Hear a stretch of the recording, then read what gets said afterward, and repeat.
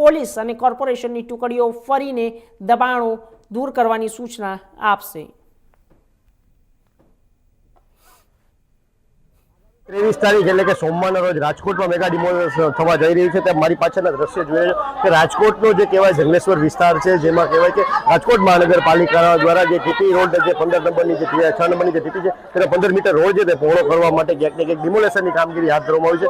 મહત્વની બાબત છે કે રાજી નદીના કાંઠે વસતા લોકોને જે કહેવાય વર્ષોથી લોકો રહેણાંક વિસ્તારમાં આવી રહ્યા છે અને પોતાનું ગુજરાન ચલાવે છે, અને ગરીબ લોકોની રાજકોટ મહાનગરપાલિકા હવે છત જીરવા જઈ રહ્યું છે। ત્યારે હાલ જે અત્યારે કહેવાય કે દ્રશ્યોમાં જોઈ રહ્યા છે બાળકો છે તે કહેવાય કે પોતાનો માલ સામાન લઈને અત્યારે કહેવાય કે વૈકલ્પિક જગ્યા શોધી રહ્યા છે પોતાને રહેવા માટે। ત્યારે અત્યારે હાલ સમગ્ર ઘટનાને લઈ કહેવાય કે વિસ્તારમાં પણ ભારે રોષ જોવા મળ્યો છે, સાથે પોલીસ કાફલો પણ તૈનાત કરી દેવામાં આવ્યો છે, કારણ કે જે રીતે મકાનની જે છતો છે તે છીનવામાં આવી રહી છે। ત્યારે આપણે કેટલાક જે રહેવાસીઓ એમની સાથે વાત કરીશું।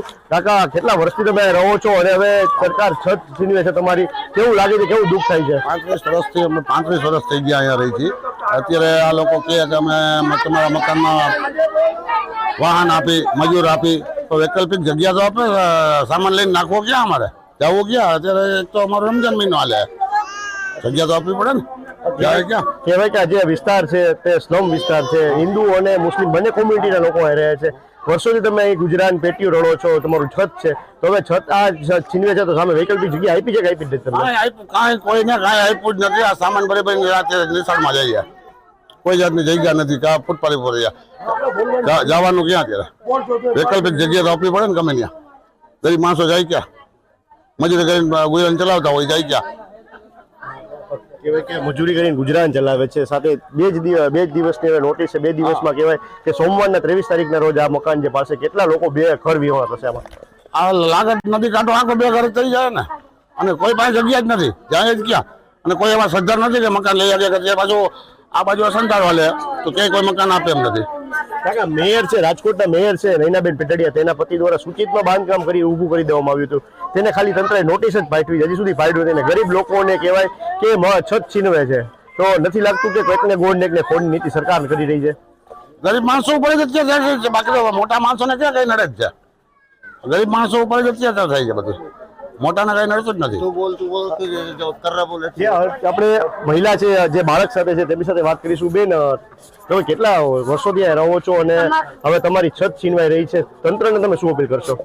અમારો જન્મ જ અહીંયાનો છે, અમે અહીંયા આટલા વર્ષોથી રહી છીએ। અમને આવી રીતે 5 નોટિસ દઈ ગયા છે, 5 નોટિસમાં લખેલું હતું કે અમે તમને સામે તમારું મકાન લેશું, અમે તો તમને સામે વતન દેશું, એટલે અમે નોટિસ એની મંજૂર કરી હતી। અત્યારે 2 દિવસનો ટાઈમ દઈ ગયા અને અમને એમ કહી ગયા કે તમને હાથ જોડી નમ્ર વિનંતી કે તમે 2 દીમાં ખાલી કરી દેજો, અમારું મજૂર, અમારું ટ્રેક્ટર બધું તમે બધી વ્યવસ્થા કરી દીધી, તો તમે અમને હાથ જોડીને અપીલ કરી ગયા છો, તો અમારે તમારી વ્યવસ્થા નથી જોતી, અમને મકાન સામે મકાન દઈ દો, અને અમે તમને હાથ જોડીને અપીલ કરી છે કે તમે અમને ક્યાંક આશરો દો તો જ અમે જઈ શકીએ। અમે નાના બચ્ચા લઈને રમજાન મહિનો અમે ક્યાં જઈ?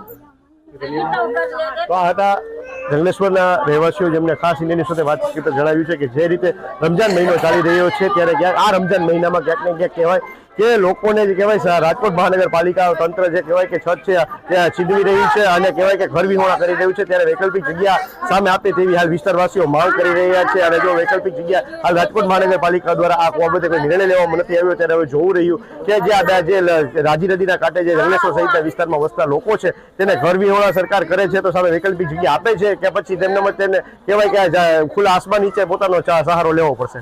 કેમેરામેન